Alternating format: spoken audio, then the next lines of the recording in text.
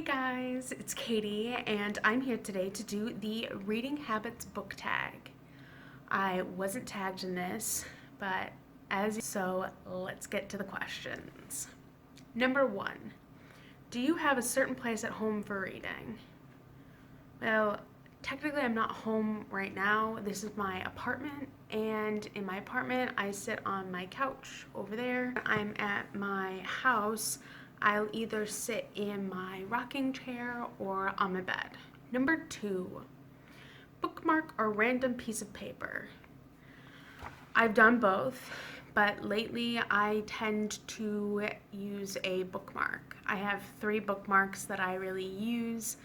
One is this really pretty one with a tassel on it, and it says, "Mines are like books, they function when opened," and I just really like that bookmark.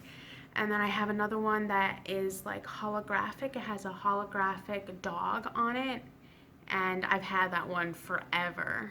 And then the last one I have is this tiny little bookmark with my name on it that I got from my grandma. Number 3, can you just stop reading, or do you have to stop after a chapter or a certain amount of pages? I have to stop at the end of a chapter. I literally cannot function properly if I have stopped in the middle of a chapter. It really irritates me because I'm in the middle of something. But if I absolutely 100% have to stop a random page in the middle of a chapter, then I will pick a page that starts with a new paragraph, but it has to be on the right-hand side of the book. Number 4, do you eat or drink whilst reading? Very, very rarely.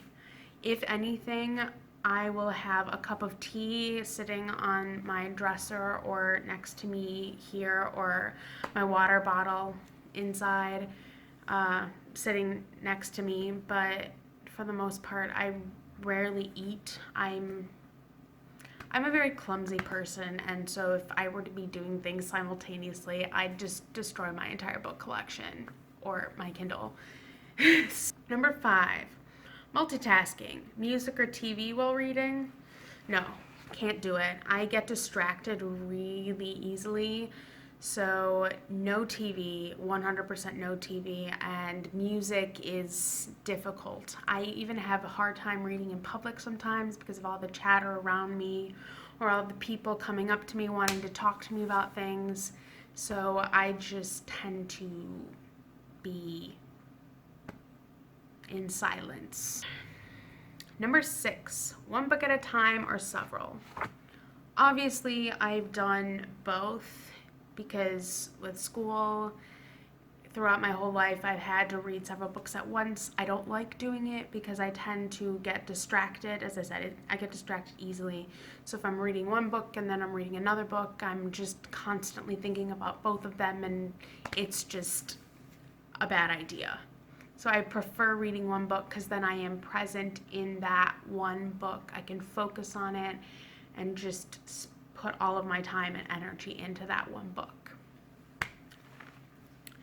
Number 7, reading at home or everywhere? I kind of addressed this question a little bit earlier. I prefer reading only at home, but I do occasionally read in public, but I get, as I said, a little bit more distracted. I can't read in the car because I get car sick. Same with just any type of motion thing, I just can't. If I'm on vacation by the poolside or on the beach, I can read no problem. It's just if I'm surrounded by people mostly that I have trouble, or if I'm in motion somehow. Number 8, reading out loud or silently in your head? This one's an interesting question because it kind of just depends on my mood. I have also gone through phases, and there are also some books that I, appreciate more if I read them out loud. Like a lot of classics, I tend to read out loud. A lot of Shakespeare, his works were meant to be heard, so I tend to speak them the way that they were meant to be read. Because Number 9, do you read ahead or skip pages? Yes, I do. not only do I kind of look at the end of a chapter to kind of see where things are going or how many pages I've got left, I might do that. I sometimes will just skim just to kind of like get an essence. Like if I'm really not liking the book or just hating the book, because of my no DNFing problem, I tend to just skim and be like, okay, what's happening, just so I can get a general idea so I can get this book out of my life faster kind of thing. I don't just skip large chunks of books because I can't do that. It's the completionist in me. But another thing that is really bad about me, especially, well, pretty much only if I have a physical copy, is I will go to the end of the book and I will read the last paragraph. But yeah, I found that spoiling myself, either on purpose or on accident, it doesn't matter in the long run because I don't know how they got there or what happened in between. So because of the ebook situation, I've just gotten so much better at not skipping ahead or finding out what happens.